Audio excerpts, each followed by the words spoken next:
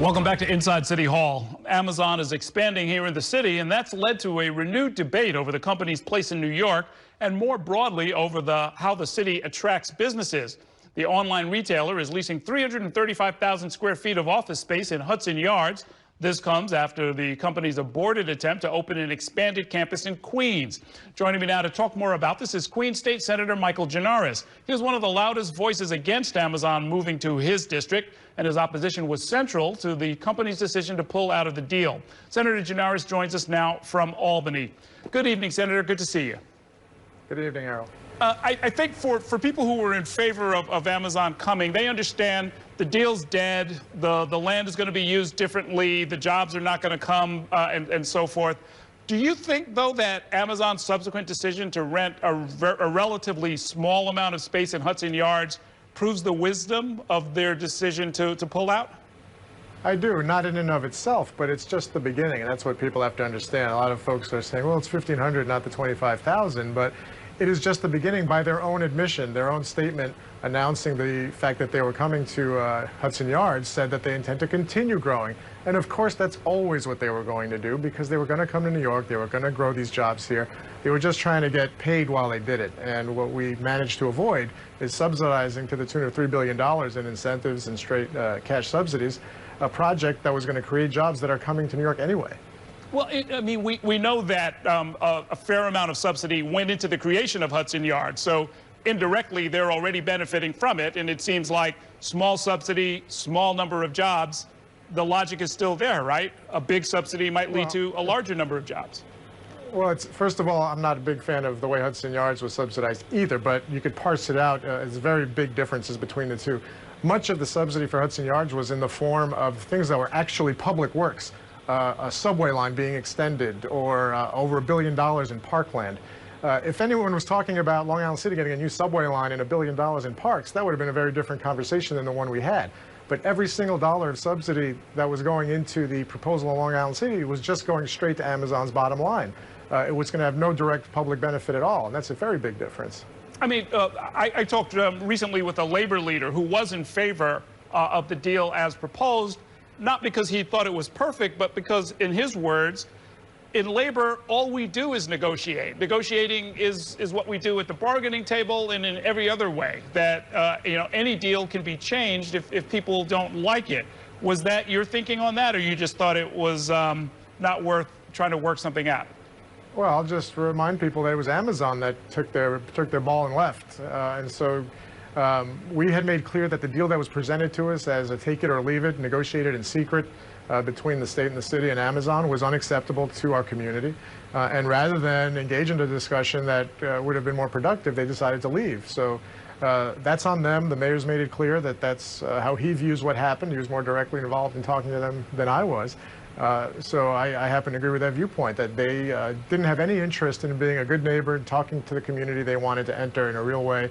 And here we are. But at the end of the day, it's my belief, as many others agree, that those jobs are going to be here. If you fast forward 10 to 15 years, which is the time frame they were talking about, there will be 20,000 or more jobs by Amazon here, because that's where the talent is. That's where their competitors are going. Google is adding 20,000 jobs.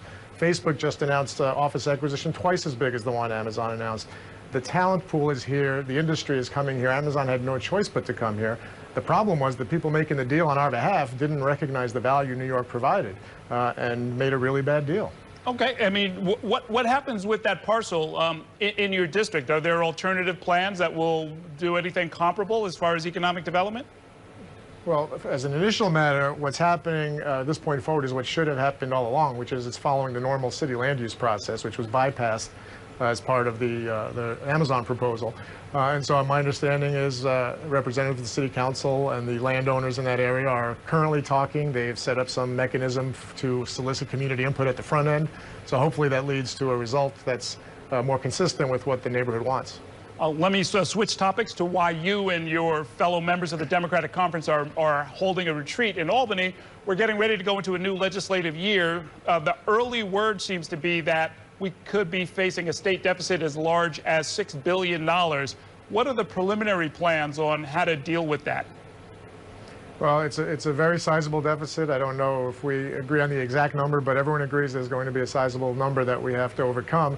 And we were talking just the last couple of days about ways to deal with that. I know our leader has made clear that we are not looking to increase the burden on working people in New York, but at the same time, we don't want a reduction in services. And so that dialogue is something that's going to unfold over the next several months. Our budget's due at the end of March. Many of us believe that there is a great inequality in terms of who pays and the services rendered. We don't want to, we actually want to increase the spending on our education and healthcare systems in a way that continues to provide better services for New Yorkers. And when we don't have money, that means we're going to have to try and find it somewhere. That's a conversation that I expect will be happening over the next couple of months. My understanding is that the majority leader said that she didn't want new taxes. Is that what you're also saying? Well, what she said was we certainly don't want to look to increase taxes on working people and the middle class of our state because the burden on those people is too high. I think there's a discussion to be had about whether we want to focus on some of the wealthier individuals in the state who can certainly afford to contribute a little more when times are tough. But that's something that we haven't resolved yet. We have to talk to our colleagues in the Assembly and figure out as we get further into the budget process what direction we're going to take. Let's talk politics for a couple of minutes. You double as the chair of the Senatorial Campaign Committee for the Democrats. My understanding is that you've got a number of internal challenges, meaning a number of Democrats who are going to face challenges, in particular, former members of the IDC. Is your effort going to be to protect some of those incumbents? I'm not sure I follow your question, Errol. You're suggesting that former members of the IDC are coming back?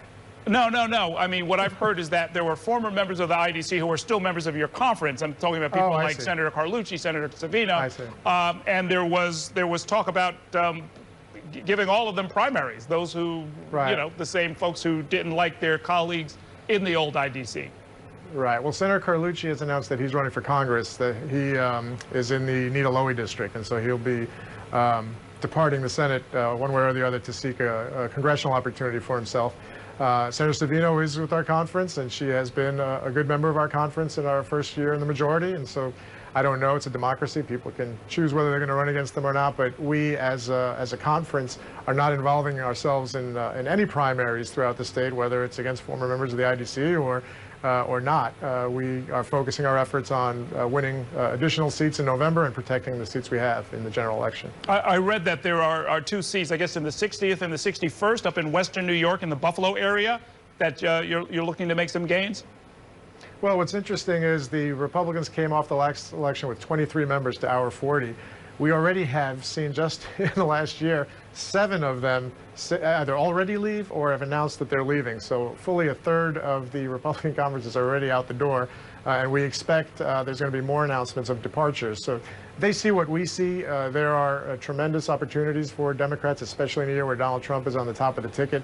They're going to be attached to him, and that's not a good thing in this state. So we expect to be very successful in November. The 2 you mentioned, the 60th and the 61st, are 2 of those 7.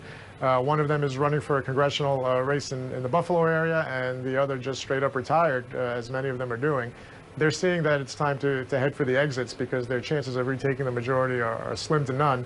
After this election cycle will be a redistricting, so their badly gerrymandered lines, which is what has allowed them to survive for so long, won't be there to protect them either. Okay. Thank you for that update. We'll wish you the best of luck and happy holidays. Thank you for joining us, Senator. Same to you, Errol. Thank you. All right, we're going to take a short break here. Coming up, tensions are rising in a Brooklyn neighborhood over a new charter school. We'll tell you more about it when we come back. Stay with us.